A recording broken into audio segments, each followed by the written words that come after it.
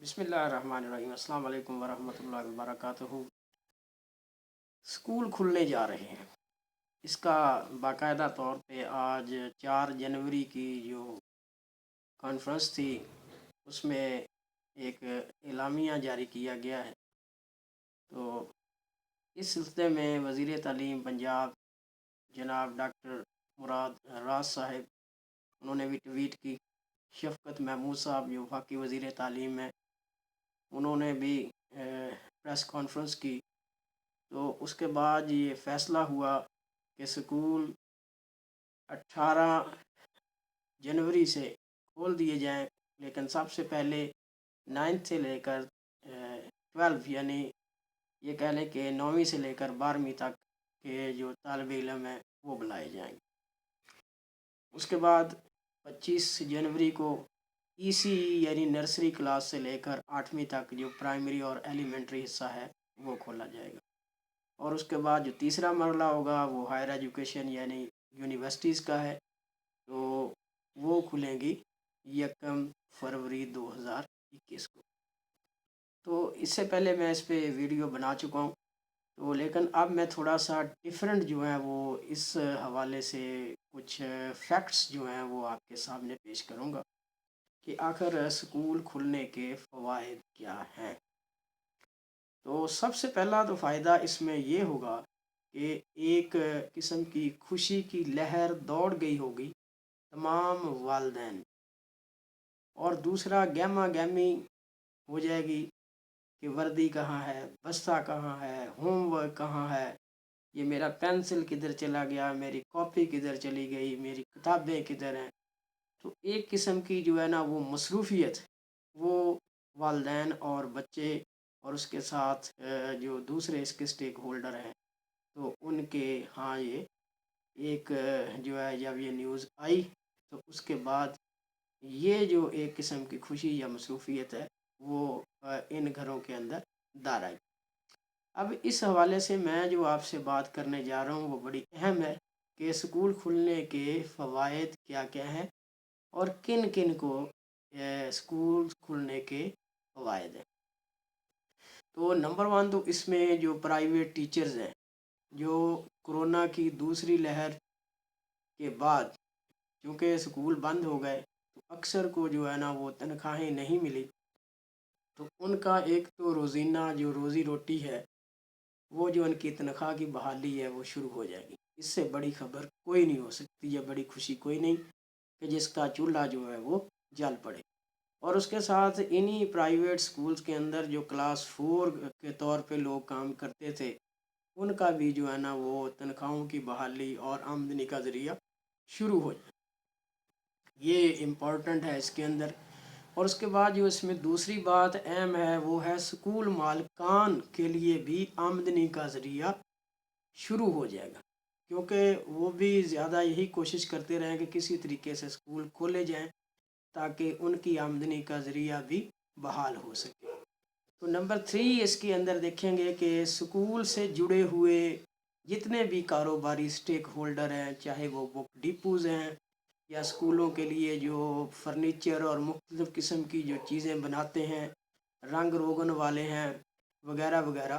تو اس کے بعد یہ ریڑھی لگانے والے جو ہیں، مختلف قسم کے خوانچے لگانے والے، یہ کینٹین والے، تو ان کا بھی روزگار جو ہے وہ چل پڑے گا۔ تو یہ کہہ لیں کہ یہ بھی ایک بڑی اہم بات ہے۔ اور اس کے بعد جو ایک اور اہم چیز ہے وہ ہے آوارگی سے بچاؤ اور مصروفیت۔ تو بچے جو ادھر ادھر کوئی گولی ونڈا کھیل رہا تھا، کوئی کہیں گھوم رہا تھا، کہیں گھوم رہا تھا، تو اب جو ہے وہ ایک مصروفیت ہو جائے گی، ایک ٹائم لائن آ جائے گی کہ 6 گھنٹے اسکول میں گزارنے ہیں، آگے ہوم ورک کرنا ہے، ٹیوشن پڑھنا ہے، تو پھر ان کی زندگی کی جو ہے نا وہ مصروفیات وہ بھی بحال ہو جائیں گی۔ تو اس کے بعد نمبر 5 پہ ہے کہ تعلیمی ترقی ہوگی، لوگ اگلے جو ہیں وہ گریڈ کے اندر جائیں گے، بچے جو ہیں اس میں خوشی محسوس کریں گے اور ساتھ ساتھ اپنے ایگزام کی تیاری میں بھی لگ جائیں گے اور ان کی مصروفیت میں مزید اضافہ ہو جائے گا۔ اس کے بعد نمبر 6 پہ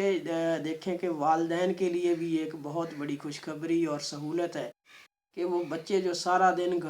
گھر کی چیزیں توڑتے ہیں، گھر والوں کو پریشان کرتے رہے ہیں،